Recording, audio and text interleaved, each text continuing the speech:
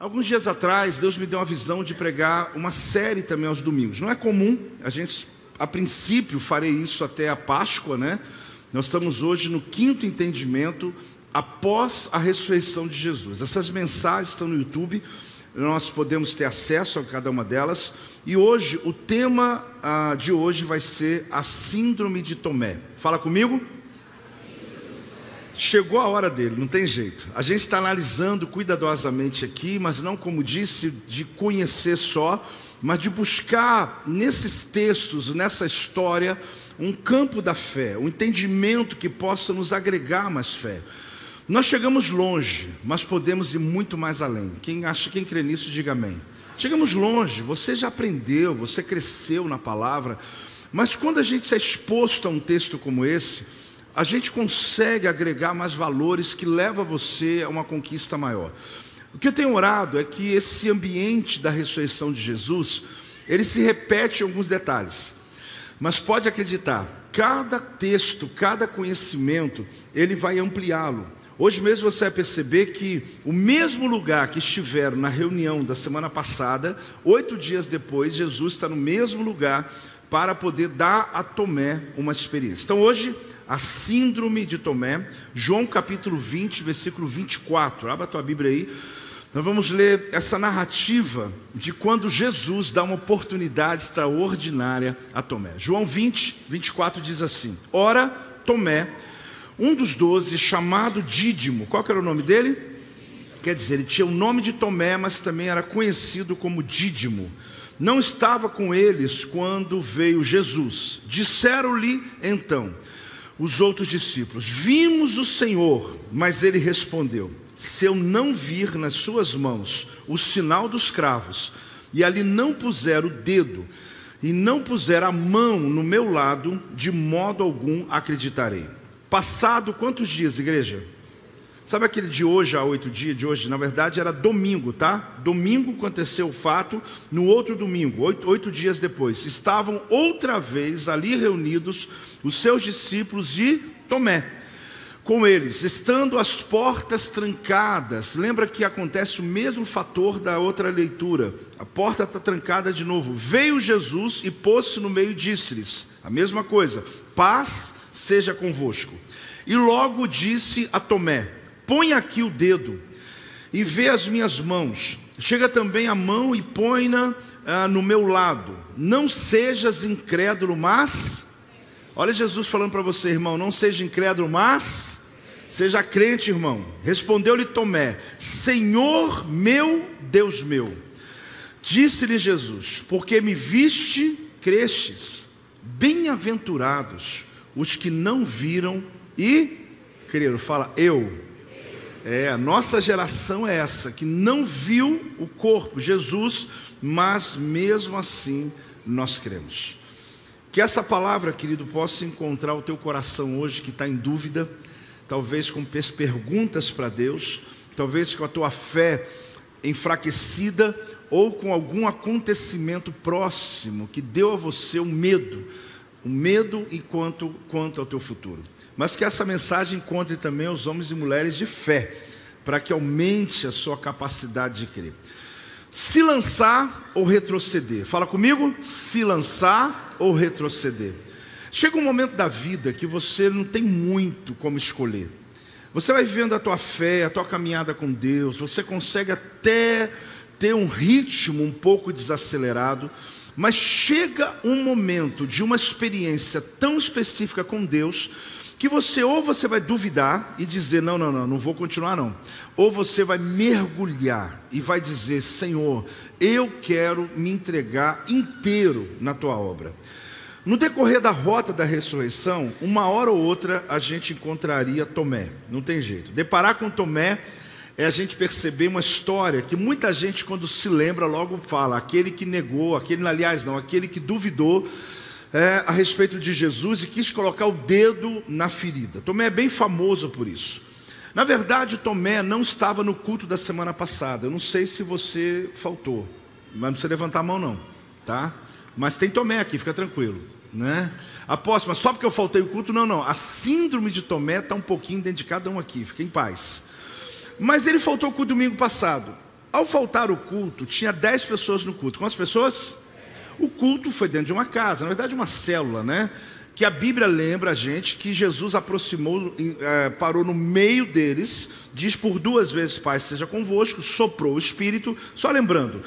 E ali Jesus então demonstrou a eles que eles podiam inclusive tocar nas mãos de Jesus que estava furada, e também o lado de Jesus que havia sido furado com uma lança. Se tocar ou não, a Bíblia não diz. Porém, pense num culto daquele que você faltou, e quando terminou o culto, ainda no domingo, você foi fazer um lanche e encontrou com um amigo que não veio, porque foi no domingo ainda. Os 10 que estavam dentro daquela casa se encontraram com Tomé naquele mesmo domingo. E quando eles começaram a contar para Tomé o que eles viveram, meu Deus, psicologia reversa. Ao invés de Tomé se empolgar e dizer: glória, eu também creio, ele disse: não, eu só acredito vendo, eu só acredito colocando meu dedo lá também.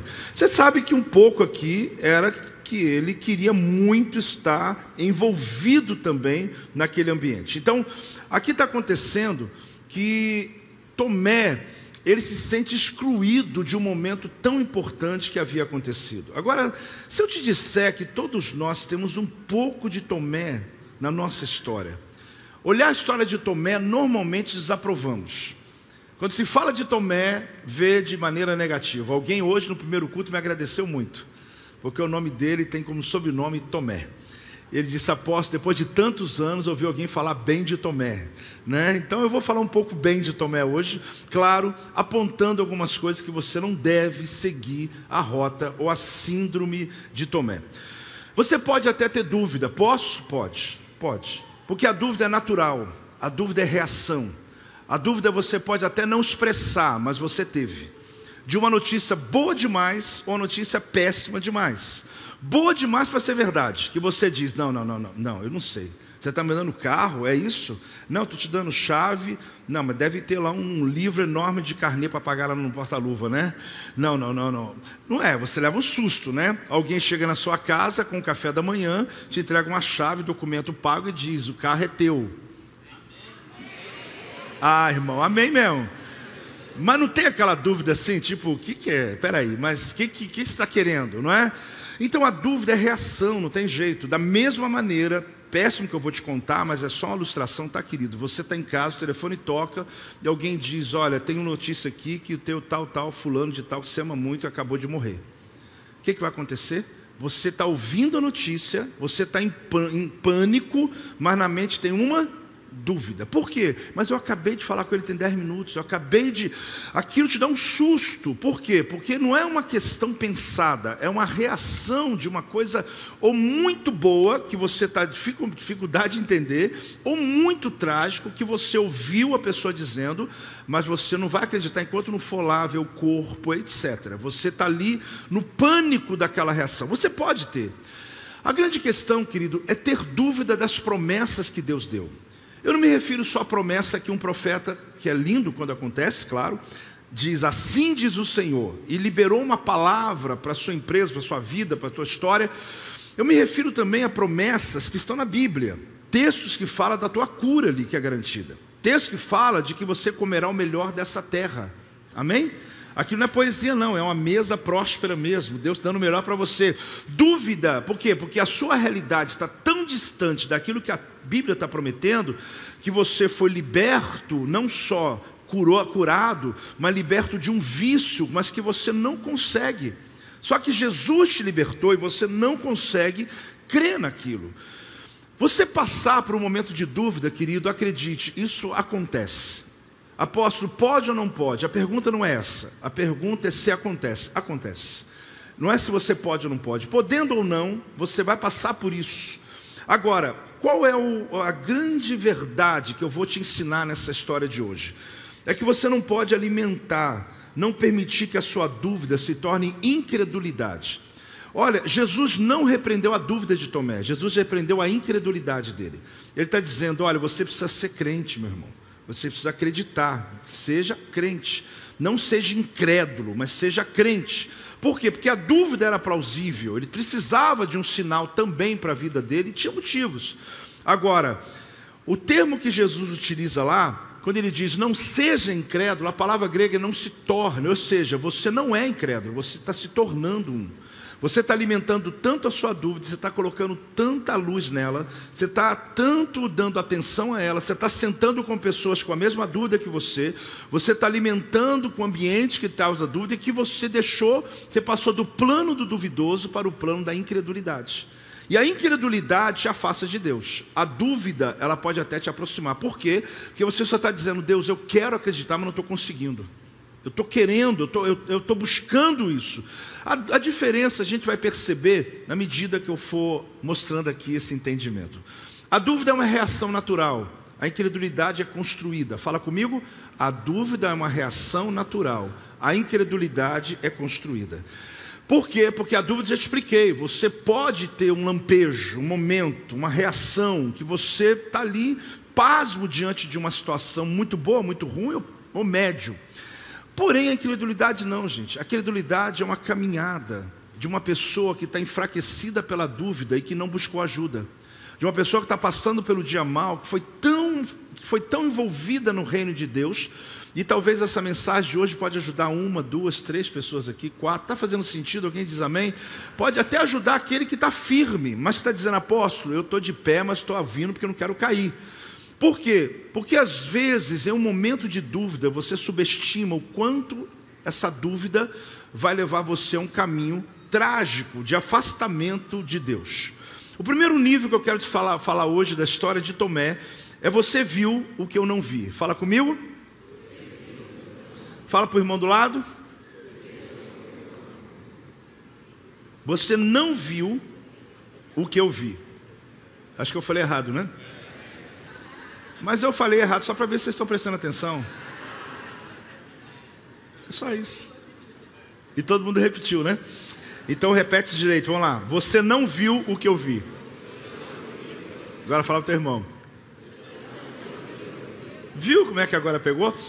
Era essa ideia. Sabe aquela ideia de que perdi o culto? Meu Deus. E o culto que você não foi parece sempre foi o melhor de todos os anos, né? Alguém te encontra após o culto e fala, você não foi hoje, hein? Você não tem noção. O que foi? Pareceu um anjo? Alguém levitou? O que aconteceu? Não, você não está entendendo. Mas uma presença, mas como, né?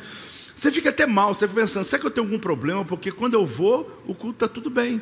Mas como é que vai ser o culto hoje? Não, vai ser diferente, né? A grande verdade é que Tomé teve uma situação contrária, 10 contra 1. 10 pessoas viveram uma experiência de verdade, inesperada.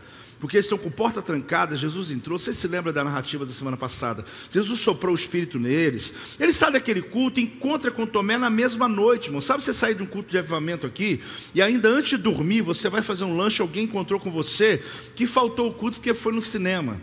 Aí parece que você fica com raiva e você conta mais ainda então.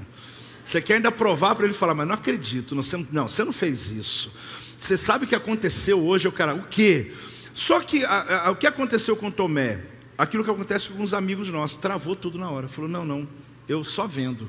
Vocês estão falando aí, não, eu não vi, eu não estava lá, né? Porque a sensação é que eu queria ser o protagonista de algo que eu me tornei só mais um na história. E a sensação de pessoas nessa condição é que eles se tornam não só incrédulos, não só eles têm dúvida, mas eles resistem à experiência que outros viveram. Por quê? Simplesmente porque eu não estava lá. É um problema de alma, mas é natural, porque se fosse ao contrário, talvez você faria a mesma coisa. E aqui a gente vai perceber o seguinte: é natural você tornar crítico exatamente por isso, porque você não foi o protagonista, o principal. E não é só culto, tá, gente? É aquele passeio, aquele futebol de segunda que você faltou um só no mês inteiro. Meu Deus. Cara, mas foi demais. Quem foi lá? Não, o Zico foi jogar com a gente. Ele nem joga mais, né? Joga, né? O cara ainda tá, né? Não acredito. Mas ele foi logo o dia que eu não fui. É, no dia que tu não foi. Você vai acreditar. Aí que eu te falei, você se sente até assim, será que eu estou em pecado? Estou atrapalhando? Porque o melhor almoço da casa foi o dia que eu não estava. A melhor saída de carro foi o dia que eu não estava. Você começa a falar assim, peraí, eu acho que eu estou demais nesse lugar, né? Não era. Aqui, essa psicologia reversa, essa condição de Tomé, junto com incredulidade, ela tem a ver com essa questão. Você já experimentou explicar uma experiência para uma pessoa que não viveu e não estava com você no mesmo lugar? É fácil ou difícil? É difícil, gente, porque tem vozes, tem som, tem aroma, tem luzes, tem cheiro, falei cheiro, tem cores. Então, é uma atmosfera que você não consegue pegá-la inteira e dizer, olha, eu vou te contar uma experiência. Eu fui num restaurante. Aí você está falando, a pessoa está quase sentindo água na boca já, né? Você mostra foto, você vai, só que não consegue plenamente passar àquela pessoa a experiência que você viveu. Você percebeu que é difícil, pois esses elementos que têm a ver com o nosso tato, aroma, enfim, eles precisam de algo mais. Tomé não estava na reunião. Pense comigo, domingo passado Jesus entrou numa sala fechada, se apresentou para os 10 discípulos, não eram 11, eram 10. Agora Tomé, ele pede uma prova, ele coloca uma situação, ele fala, esse é o meu critério. Ele põe um critério na fé dele. Se eu também tocar, ver, experimentar, aí eu vou crer. E Jesus é fantástico, né? Você percebe que logo que aquele dia que você está fora, como eu disse, de um ambiente, normalmente pessoas contam histórias que você tanto esperava viver. Ali houve também uma situação que os discípulos olham em Tomé, que é o medo da dúvida. Muitas pessoas carregam esse medo de duvidar de alguma coisa. Até porque tem pessoas que não dão a você essa possibilidade. Você pergunta para ela sobre um assunto e ela já se sente ofendida. Eu não estou falando de duvidar de alguém, querido, quando você está desrespeitando uma pessoa. Quando você está sendo violento nas palavras com uma pessoa. Estou falando de duvidar como um aluno que está perguntando para um professor, que ele está querendo crescer naquele assunto, e ele está olhando você e dizendo... Só que algumas pessoas já logo dizem, está pensando, falando com quem, rapaz? Que isso? Você não me conhece há 20 anos? Tudo bem, eu te conheço há 20 anos, mas eu posso perguntar para você sobre essa área da tua vida? Pessoas que elas são empedradas quanto à dúvida, elas não conseguem crescer na sua vida.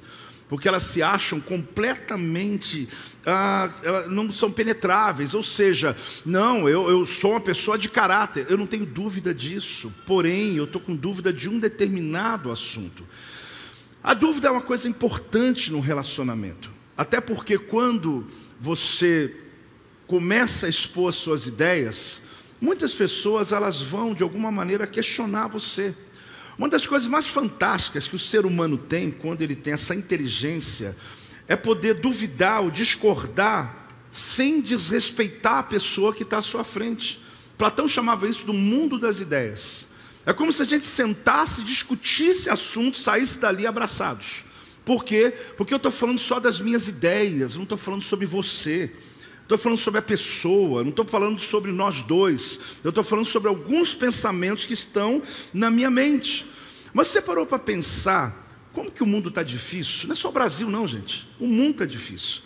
Você não pode discordar de mais nada que alguém já leva para o lado pessoal. Você não pode colocar uma ideia que alguém já traz aquilo como sendo uma maneira de você doutrinar uma pessoa. E não é. Na verdade, a dúvida ela pode se tornar, como eu disse, algo saudável. Nós não vivemos e crescemos sem o antagonismo, sem os paradoxos, sem as resistências. É fantástica a história de muitos de vocês aqui, que a tempestade levou vocês em lugares onde vocês nunca teriam ido. Mas uma tempestade empurrou você para um ambiente onde você saiu da zona de conforto e você rompeu na sua vida. Literalmente, aí é literal, uma tempestade, onde estava buscando a data, que parece que foi 2007, que a apóstola estava lembrando que uma chuva de granizo simplesmente rasgou nossa lona inteira. E para quem era da época, ela já estava puída, ela já estava com goteira, ela já estava cheia de remendo. Quem é da época dessa época? Olha, irmãos, a gente ficava tampando aqui, tampava ali. Era 2 orações que eu tinha quando vinha para a igreja. Senhor, primeiro, não deixa a cadeira quebrar.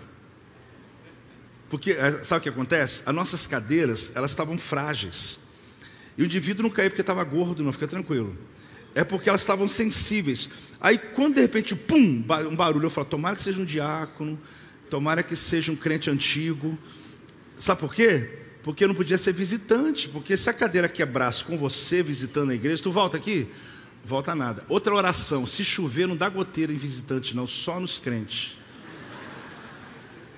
Aí, irmão, eu estava pregando, começava a chover, vinha aquela goteira certinho.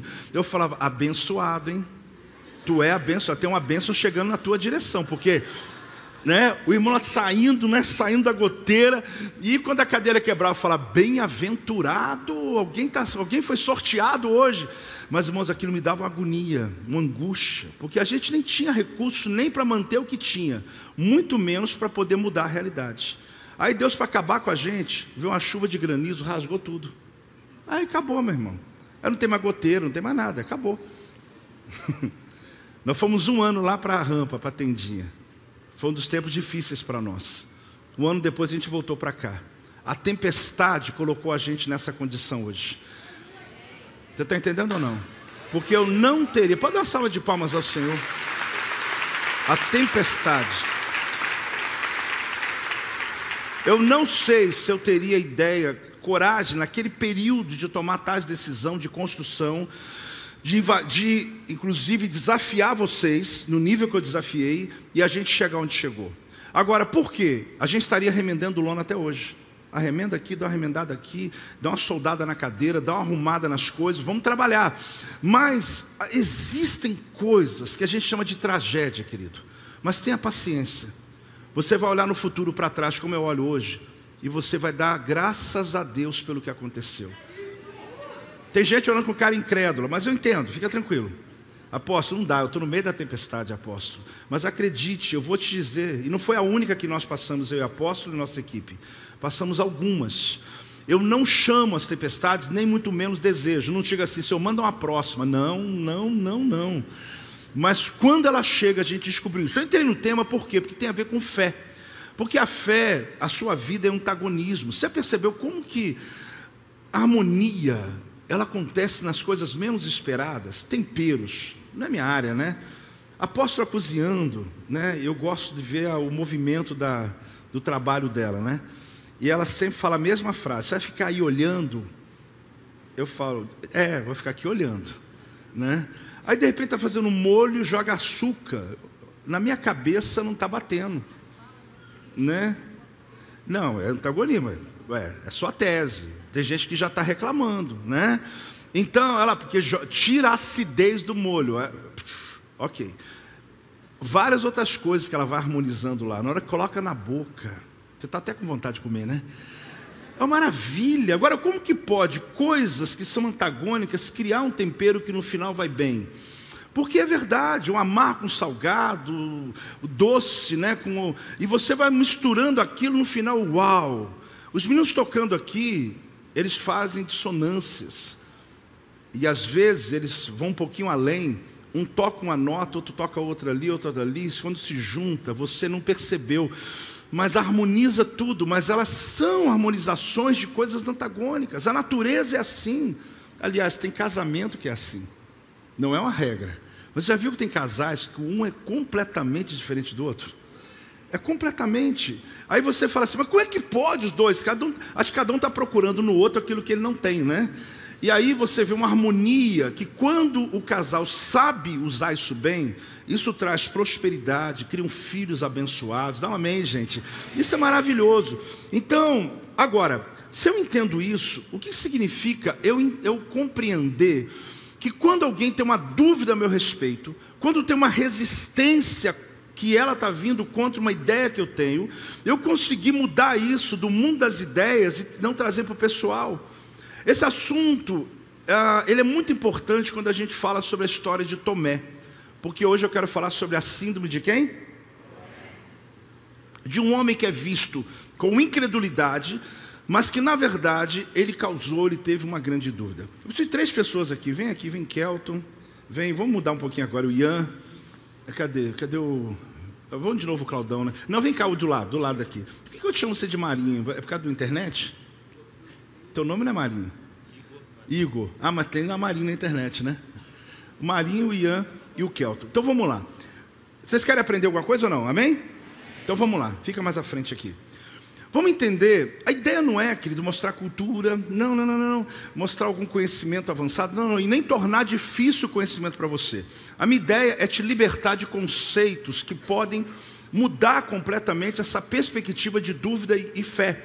de dúvida e incredulidade, de você falar sobre determinados assuntos e você não ter nenhum bloqueio quando alguém pergunta a você sobre algo que importa para ele quer saber.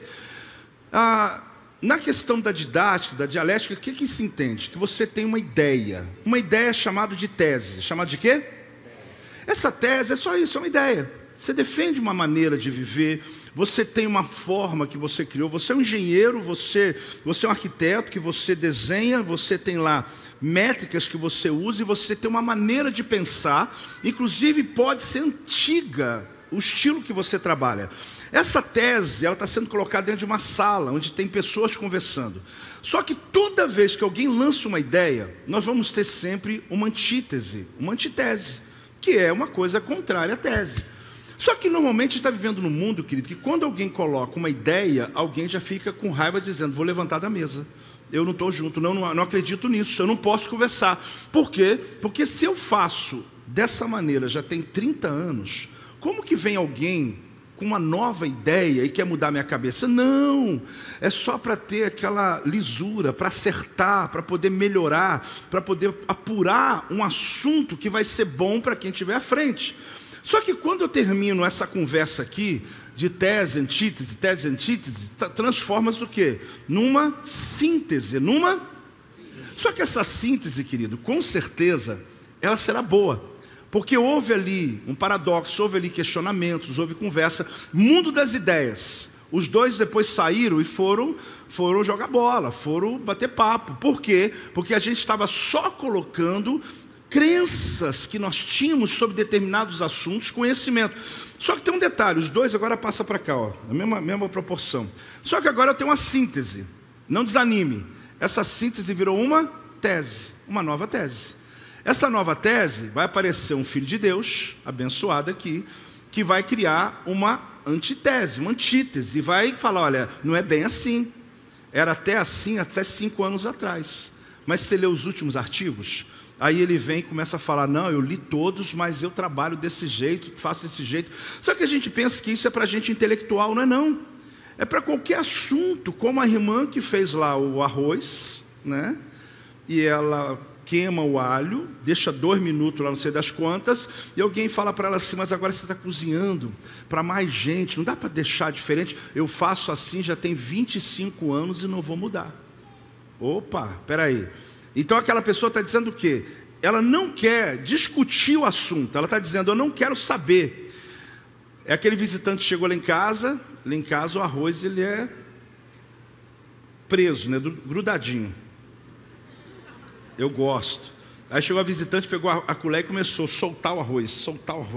Ele, pelo amor de Deus, não comete esse delito. Não, porque arroz tem que ser solto. Eu falei que em casa é preso. Ué, em casa é preso, fazer o quê? Mas nem em casa é solto. Eu falei, na sua casa. Mas tudo bem, a visita tem aí deixou soltar o arroz, né? Mas aqui são coisas pessoais, isso tudo bem, eu posso dizer, está desse jeito. Só que eu vou conviver numa comunidade maior, eu vou ter que me acostumar com um determinado arroz. Por quê? Porque tem 50 pessoas comendo, eu não estou comendo sozinho. Aí eu quero colocar a minha ideia e dizer, tem que ser do meu jeito. Só que aqui formou uma síntese e virou uma tese. Aí virou uma antitese, discutiram, aí deu aquela finura de novo, ou seja, arrumou melhor o assunto e virou uma nova síntese. Após isso aí vai até onde? Até acabar. Isso vai virar uma conversa longa e eu não vou continuar. Volta lá onde você estava, os dois. Fica aí o Igor, fica aí onde você está. O que eu quero ensinar para você, que para muita gente aqui é simples e pode nem fazer sentido vir na igreja e aprender sobre isso. Porém, eu vou te dizer, isso tem a ver com o que eu vou te ensinar hoje. Quando uma pessoa consegue vencer o campo das ideias, vamos colocar que você venceu, você não misturou missão com emoção, você não é pessoal com as pessoas, ou seja, você está disposto a trabalhar pelaquela empresa. Uma ideia, ela é importante que seja bom para todo mundo. A gente decidiu aqui mudar o ar-condicionado da igreja e de repente ele lançou uma tese. A tese dele é o seguinte, olha apóstolo, tem uma linha de ar-condicionado tal, já estudei, já está tudo pronto, é só comprar, está tudo certo. Só que na minha reunião tem uma pessoa que chega lá e fala assim, mas apóstolo, tem uma linha agora coreana que usa água com ar, bota tal coisa, economiza metade, vai. Só que esse aqui está com a ideia dele pronta já. Só que ele chegou à conclusão que para chegar na síntese, o que é melhor para a igreja e não para mim? Não é porque tem um vendedor que eu gosto, não é porque tem uma empresa que vai dar uma comissão, mas é porque tem algo que vai ser bom para um todo. Aí eles chegaram à conclusão: vamos comprar tal aparelho.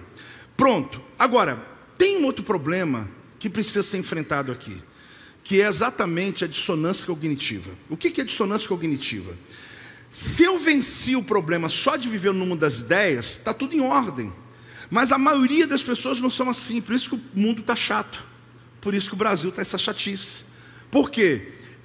O Kelton está aqui. Ele começa a falar de um projeto assim, tremendo. Só que você não gosta dele. Olha para mim.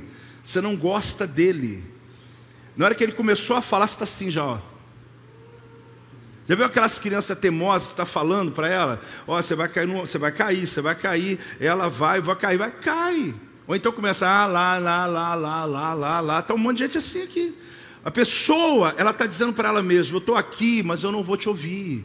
Eu estou aqui, não aqui, tá bom, aqui eu estou tudo jóia. O que acontece? Quando você não gosta da pessoa, o teu cérebro já travou. E ele lança uma ideia boa e você diz: eu não quero. E você já está rejeitando antes de falar. Porém, aí você olha para o Ian, né? Até porque é muito bonito, meu filho e tal. Aí você fala assim: mas eu gosto desse menino, hein? Mas ele vem com uma ideia ruim, com uma proposta ruim, você está assim, legal, estamos juntos. Só que tem coisas que não vão influenciar a tua vida muito grande, mas tem coisas que vão influenciar teu futuro. E tem gente que está entrando em burrices, literalmente. Por quê? Porque ele não está olhando ideia, ele está olhando pessoa. A gente está vivendo esse tempo no Brasil. Meu Deus, querida igreja, vamos ser inteligentes. Desmonte, separe ideia da pessoa e coloca junto.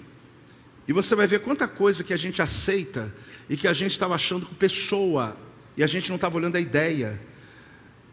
Como que pode um crente apoiar o aborto? Como pode? Mas tem contexto, apóstolo. Irmãos, a Bíblia condena. A Bíblia condena. Isso é crente. Apóstolo, já estou olhando de cara feia para você, eu sei, mas tudo bem, vamos lá.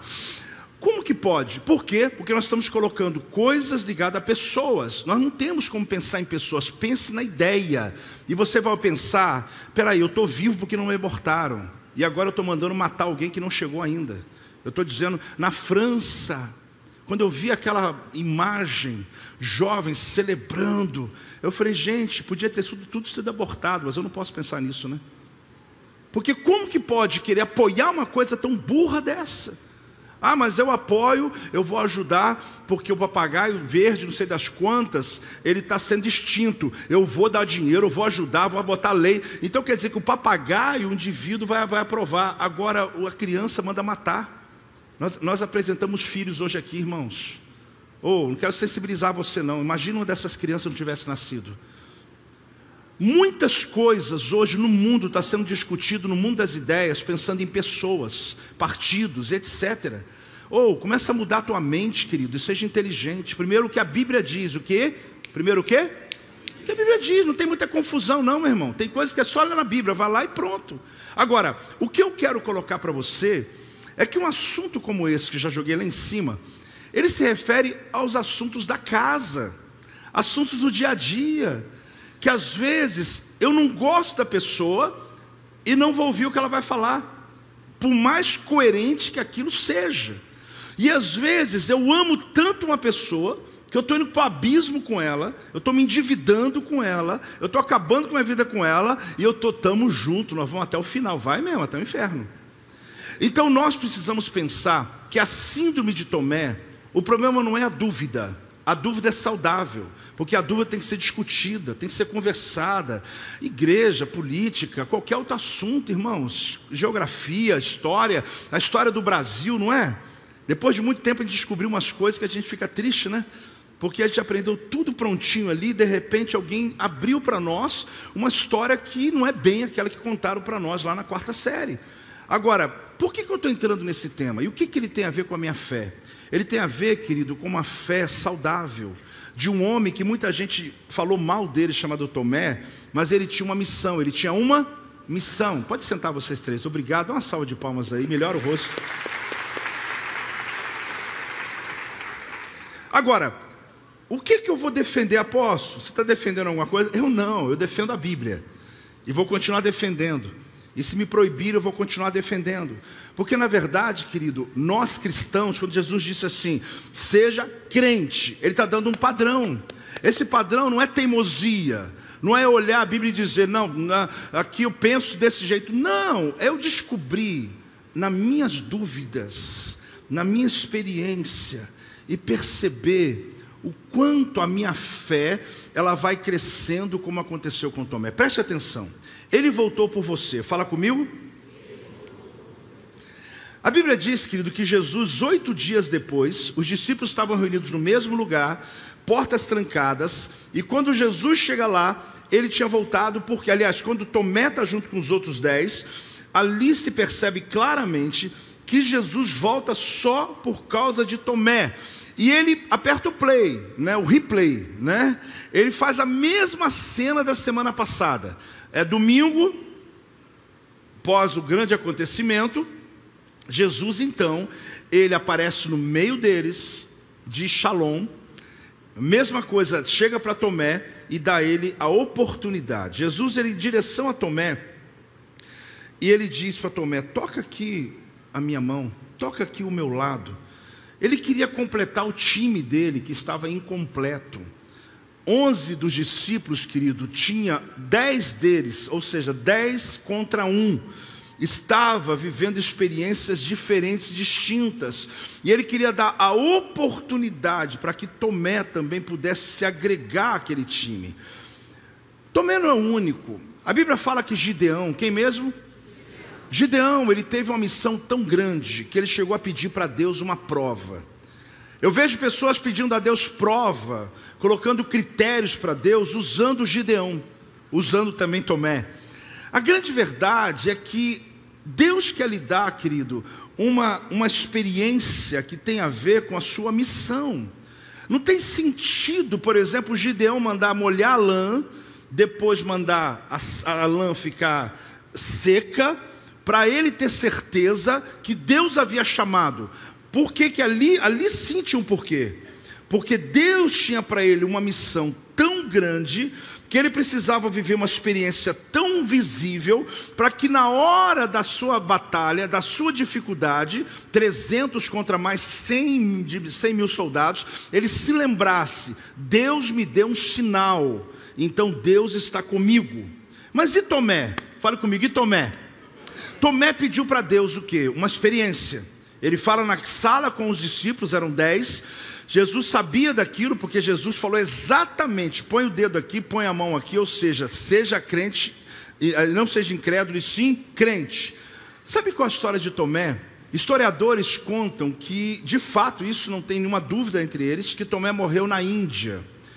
E na Índia, ele influenciou tanto, naquela época, nós estamos falando de um período onde havia dificuldade de viagem, etc., cultura, que os brahmanes, que era exatamente uma casta das 4 mais importantes, que eram professores sacerdotes, de 4 castas, de uma das 4 castas mais altas da Índia, eles perseguiram Tomé, esse que está olhando a história, para matá-lo, pela total influência que ele teve com o rei, com o país e com o evangelho que ele pregou. Ele foi o evangelizador da Índia. Ele foi o que levou Jesus até lá. Ele ultrapassou fronteiras que nenhum dos apóstolos ultrapassaram. Ele viu algo que outros não viram, mas ele viveu o que outros também não viveram. O que você precisa compreender é que não há problema você ter dúvida, porque Deus pode querer dar a você uma grande experiência para sustentar o teu futuro, para que você seja pronto para os desafios que virão.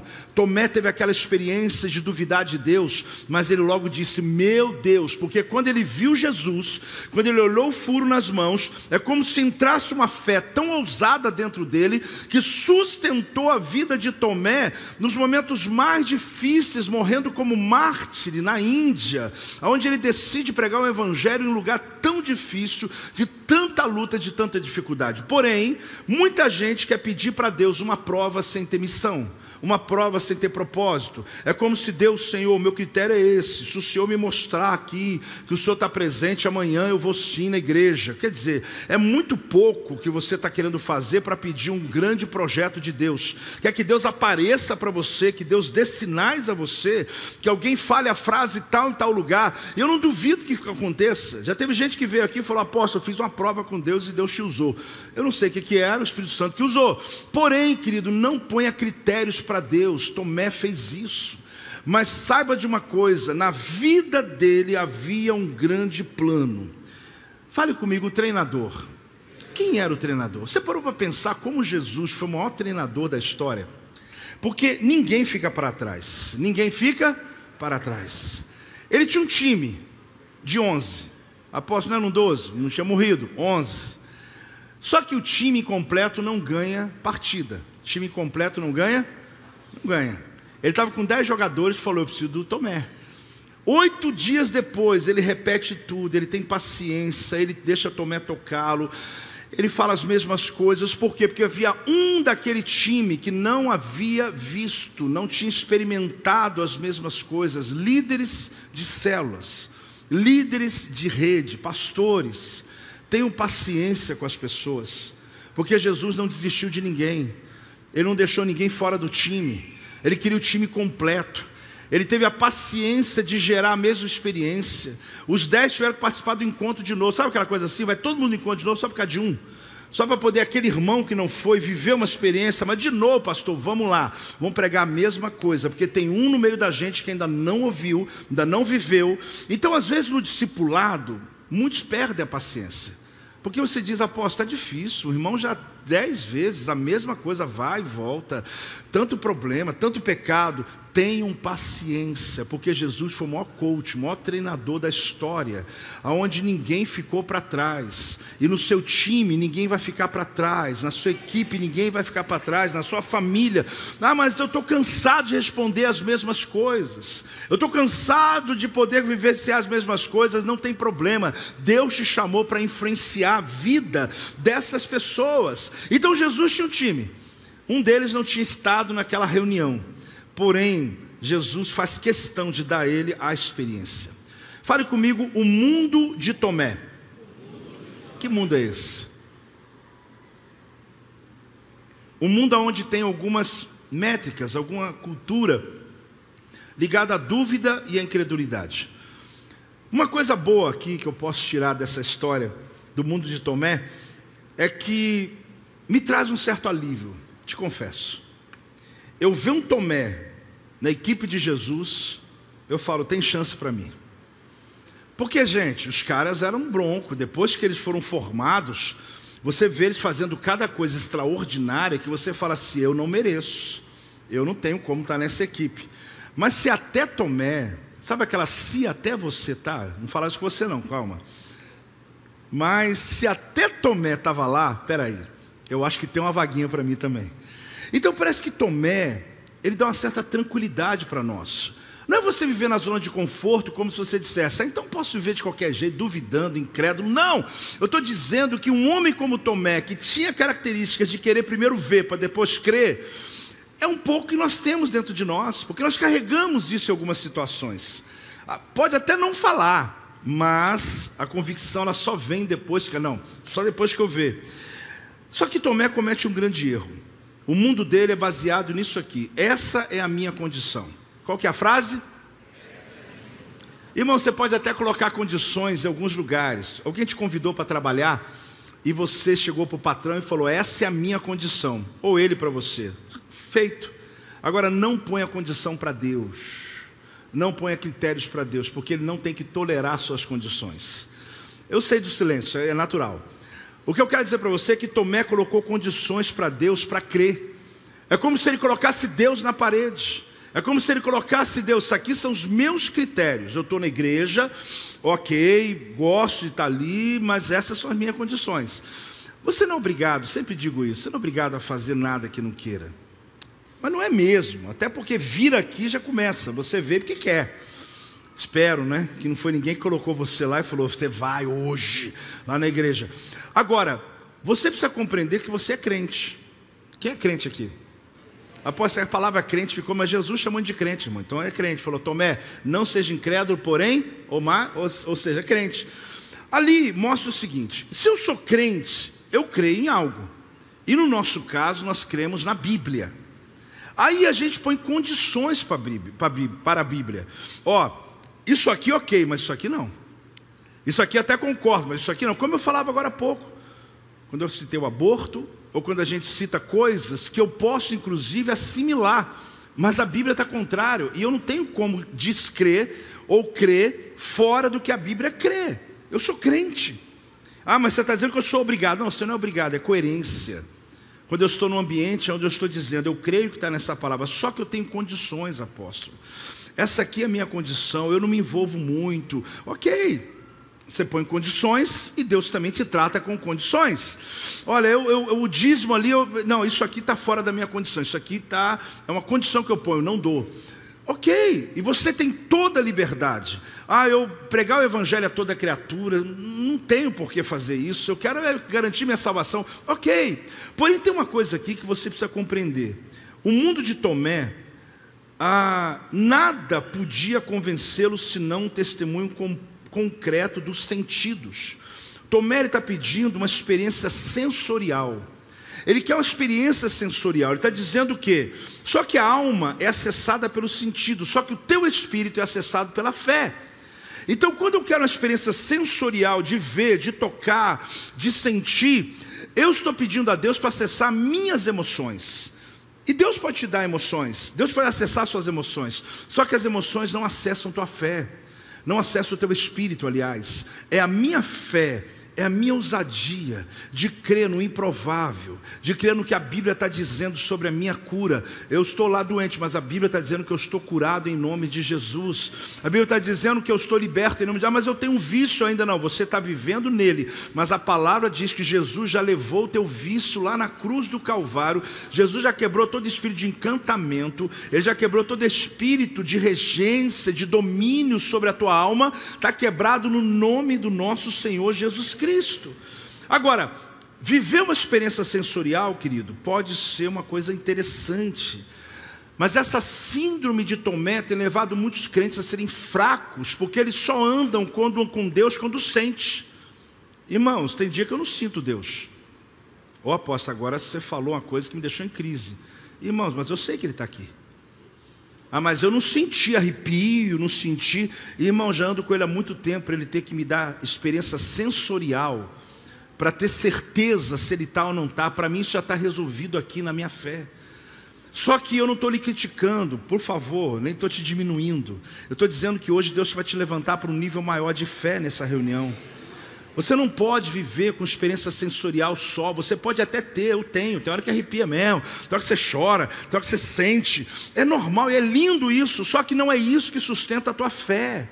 A tua fé é sustentada pela palavra, pelo treinamento que eu tenho de fé. Eu acredito, apóstolo, mas isso tem hora que vem uma dúvida. Eu disse, a dúvida vem. Só que aí entra a grande questão. O mundo de Tomé é o mundo do pessimismo, né? É o mundo onde o próprio Jesus disse, Tomé, não se torne incrédulo. Por que Jesus usou esse termo? No nosso texto não está exatamente assim, mas o original é não se torne. Você não pode se tornar, por quê? Você não é incrédulo. Você está passando por uma dúvida. Agora, o que é a dúvida? Vamos ver o que é a dúvida?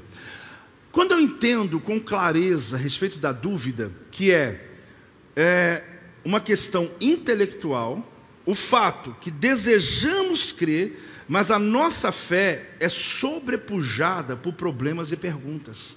Apóstolo, então o que é? Eu quero acreditar. Eu lembro que eu falei de você que é um presente, você fala, eu acredito, mas eu estou com a dúvida aqui, será que não vai vir não tem nenhum carnezinho, não tem, pelo amor de Deus, não é assim, como é que alguém me deu de graça isso? E pode acontecer, mas vem uma dúvida.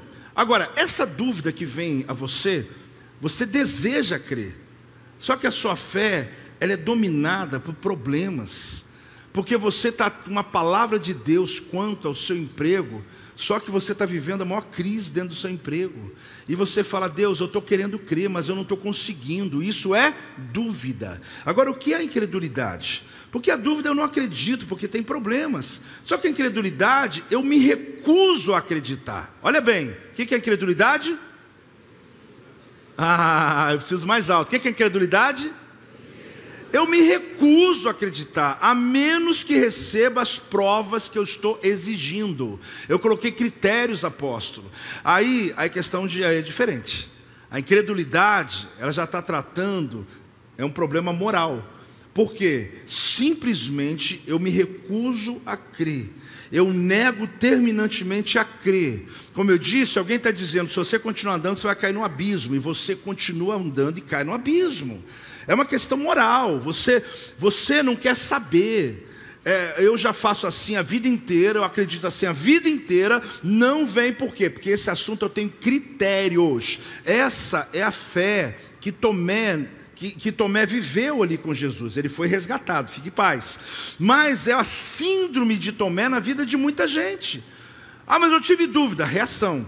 Eu quero crer, estou batalhando, apóstolo, estou vindo no culto. Olha, eu estou vencendo cada dia, porque eu estou vendo a pregação e eu estou lendo a palavra e eu quero acreditar. Agora, quando você entra num lugar, não só na igreja, no teu casamento, na sua empresa que você trabalha, e alguém está tentando te instruir com uma ideia nova.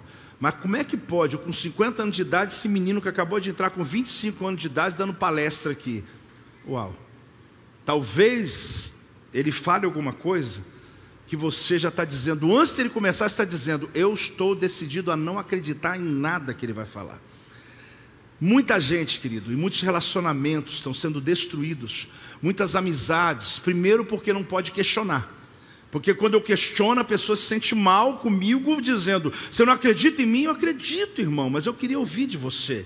E outros que, por conta de uma incredulidade, que é uma decisão que a pessoa tem, envolveu aquilo que eu ensinei ali, da tese, da questão cognitiva. Eu não gosto da pessoa, então não importa o que ela fala para mim.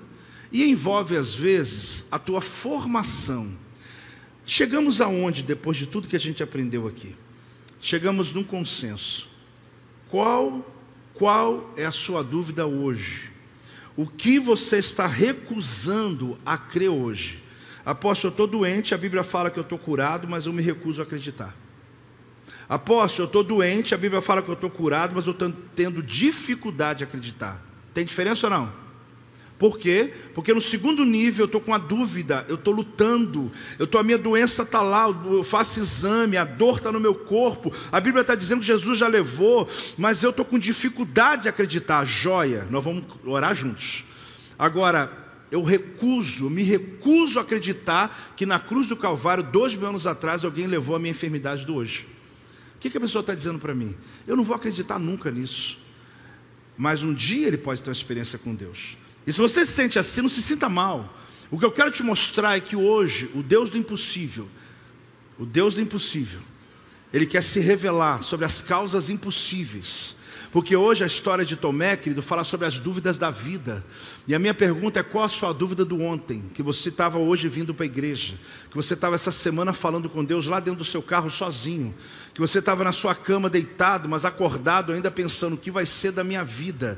Eu estou falando sobre essas coisas que você está tendo dúvida. Hoje eu oro ao Espírito Santo para que Ele me use, para orar a Ele, orar a presença do Senhor que está neste lugar, e ela quebrar essas dúvidas da tua alma e levar você a um nível de fé, para que você possa ver, querido, que Deus está presente na nossa história, que Ele vai até Tomé para dar ele uma experiência tão poderosa, e quer fazer o mesmo com você hoje aqui nessa reunião. Aqui eu termino dizendo uma coisa para você: a vida de muitos aqui está no limiar da dúvida. O que é o limiar da dúvida? É exatamente a condição de você estar entre a dúvida na fronteira da incredulidade. Apóstolo, como é que é isso? Está vindo na igreja, mas está alimentando muita dúvida. Pessoas, líderes, com Deus, com a Bíblia, com você mesmo. E aí entra exatamente o perigo de cristãos que já andaram tão perto de Deus e hoje estão completamente fracos na fé. Irmão, sabe como começou? Uma pequena dúvida que você teve no seu casamento. Uma pequena dúvida você teve com o seu pastor, com o apóstolo, com Deus, com o líder da tua célula, que você sentiu no direito de ter com seu pai, que você de alguma maneira alimentou aquilo e foi alimentando, Só que o problema é que a vida dos outros continuaram e a sua não, porque bloqueou a possibilidade de você receber de Deus. Você imagina você ouvir alguém que você já não quer ouvir. Você já está ouvindo dizendo não antes de ouvir, mesmo que seja a coisa mais coerente que você já ouviu na tua história. Deus quer te dar uma oportunidade hoje, que essa síndrome de Tomé, que alguns têm 1%, alguns têm 10%, alguns têm 30%, e alguns é o próprio Tomé. A palavra Tomé significa gêmeos, em aramaico. A palavra Tomé tem um outro nome chamado Dídimo, que é a mesma palavra em grego, que significa gêmeos. Eu procurei os gêmeos dele. Eu quis achar quem é o irmão de Tomé. Eu estou procurando até agora. Deve estar por aqui, eu não sei, porque a Bíblia não fala. Após você está falando que eu sou o gêmeo de Tomé. Eu estou procurando o Tomézinho, né? Por que eu estou dizendo isso? Porque todos nós temos um pouco dessa incredulidade. Agora alguns estão vivendo totalmente a história dele. De alguém que está dizendo, eu tenho meus critérios que eu coloquei para ser crente. Eu quero te fazer desistir disso. Deus não vai obedecer critérios seus, porque a Bíblia já está clara sobre o que tem que ser feito. Hoje não está muito amém, né? O culto hoje, dá um amém aí para alegrar o pregador, gente. Se você parar para pensar nisso, acho que vai te ajudar muito a gente orar, crer no sobrenatural. O que Jesus disse lá em João 20, versículo 29. Vai ficando de pé, por favor, enquanto eu vou fazer essa leitura aqui. Em João capítulo 20, no versículo 29. Olhe bem. Disse-lhe Jesus, porque me viste, creste? Bem-aventurados os que não viram e... Fala eu. Nós somos essa geração, tá, gente? A geração do tempo de Jesus, eu podia falar, só vendo que eu vou crer. Jesus estava lá, então eu posso pedir isso. Eu vou lá, Jesus está onde? Jerusalém, deixa eu ver. Ah, está ali, ó. Jesus está ali. Hoje não dá, querido, porque ele é invisível, ele é real, mas ele é invisível, não está aqui. Não está aqui para eu tocar nele, porque senão ia virar obra de idolatria, né? Só que Jesus falou para nós somos macários. O que é macários? Olha que linda essa declaração, se puder projetar. Macários é olhar favorável de Deus sobre alguém. É quando Deus, Ele olha para você e fala, você não me viu, mas você creu. Então eu tenho um olhar para você diferente de quem esperou ver, porque eu tenho um olhar favorável para você. Não está ali, né? Mas eu estou falando aqui, você guarde. Macários, olhar favorável de Deus sobre uma pessoa. Ele falou, aventurado, você é um macário. Você é uma pessoa que não precisou de me tocar, botar o dedo. Você acreditou na minha palavra. Então ele está dizendo, o meu olhar está sobre você hoje. A minha vontade está sobre você hoje. Então você compreenda, eu vou crer ou apostatar? Eu vou ir ou desistir? Eu vou me lançar ou retroceder? Vamos para cima ou vamos ficar olhando pessoas que vão para cima? Eu vou ser o protagonista da minha história ou vou deixar as pessoas lá fora ficar escrevendo a minha história? Eu preciso decidir na minha vida, querido. Eu sou um macários, eu sou um bem-aventurado. Eu sou uma pessoa que não precisei de muita coisa para acreditar em Deus. Eu acreditei na palavra dele. Jesus entrou dentro de mim, por isso eu tenho como meu Senhor. Essa fé que está dentro de você, querido, ela te liberta da enfermidade. Essa fé que está dentro de você, ela te tira do caos, da pobreza, da ruína, da miséria. Ela leva você para níveis que você nunca tocou. Essa fé, ela é tão poderosa, querido, que ela pode mudar realidades da noite para o dia. Quem crê nisso, diga amém. Por isso eu preciso orar por você, eu preciso orar pelo impossível, eu preciso orar pelo sobrenatural. Eu quero orar hoje, querido, pelas causas impossíveis. Mas apóstolo, por que essa oração? Porque é a oração que Deus mandou fazer hoje. Pelas causas impossíveis. Por aquela doença que você está querendo acreditar, mas não consegue, que você é curado, você não consegue. Você está na dúvida, mas você não está incrédulo. Você está só batalhando na tua mente. É aquela questão financeira que você diz, apóstolo, eu estou lutando para acreditar que eu vou conseguir pagar, mas olha, a minha mentalidade, eu tenho dúvidas, eu tenho dificuldade. E eu hoje descobri que essa dúvida, tudo bem, mas eu não posso alimentá-la, eu não posso me associar com pessoas, eu não posso repeti-la, eu não posso ficar iluminando essa dúvida, eu preciso me libertar dela e crer. Jesus disse: seja crente, seja crente. Tomé, ele toca, ou seja, ele foi chamado para tocar o corpo de Jesus, para que ele pudesse ter autoridade. Esse homem foi um missionário na Índia. Valeu a pena aquela experiência, porque aquela experiência sustentou a vida de Tomé em lugares áridos, difíceis, de perseguição. A minha oração hoje sobre causas impossíveis, ela se refere à tua enfermidade, para quem as tem, que não é tua, Jesus já levou sobre ele. Ela se refere àqueles documentos que você está dizendo: apóstolo, eu desisti, não tem jeito, está preso, minha causa, meu processo, as coisas estão presas, eu não consigo acreditar mais. Aqui está falando sobre o espírito de encantamento, que rouba de você a fé, que está colocando você fixo no mesmo problema. O Senhor está dizendo: eu vou arrancar essa regência sobre a tua vida em nome de Jesus. Querido, põe as suas mãos para receber, fecha os teus olhos. Meu Pai, eu clamo nesse momento pelo poder, Senhor, que há na tua palavra. Eu declaro agora, Senhor, sobre as causas impossíveis.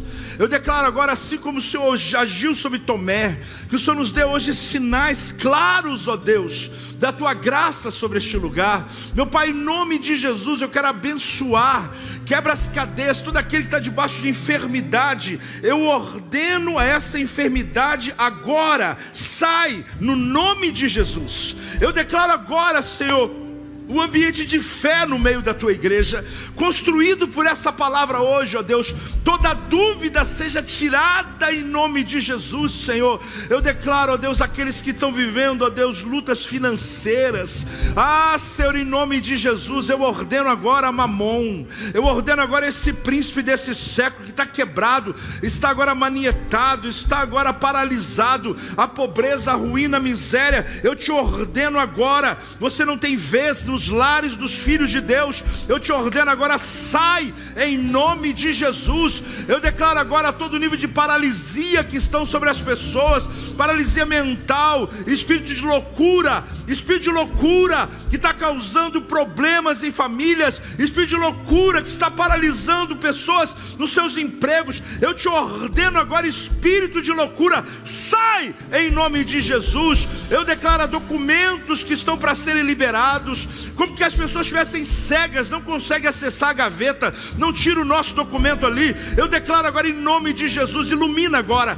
Eu declaro agora em nome de Jesus, documentos liberados de compra, de venda, de liberações, de processos. Eu declaro em nome de Jesus, sejam liberados em nome de Jesus. Meu Deus, eu oro agora por famílias, casamentos, meu Pai, que estão debaixo desse espírito de encantamento. O homem, às vezes a mulher, às vezes os dois estão se perdendo no relacionamento. Meu Pai, esse demônio vai sair agora, essa ação do inferno agora, trazendo encantamento, que está roubando, ó Deus, a pureza desse casal. Eu agora declaro, esse demônio sai no nome do nosso Senhor Jesus Cristo. Cubra com o teu sangue agora, meu Deus, os teus filhos. Ó Deus, a tua palavra diz que a oração de fé, ela traz cura aos enfermos. E agora entramos em concordância, meu Deus, Senhor, que a síndrome de Tomé, dos critérios, sejam tirados do teu povo. Dê ao teu povo, ó Deus, resultados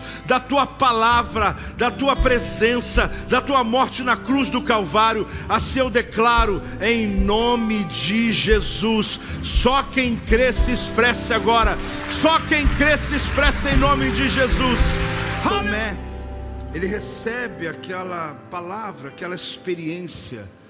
Ele era o único que estava no limiar da dúvida, porque os 10 já haviam experimentado, já haviam visto, já haviam sido cheios do Espírito Santo, passaram uma semana maravilhados. Mas tinha um no meio deles, chamado Tomé, que passou uma semana angustiado e com critérios: se o Senhor vier, se o Senhor fizer.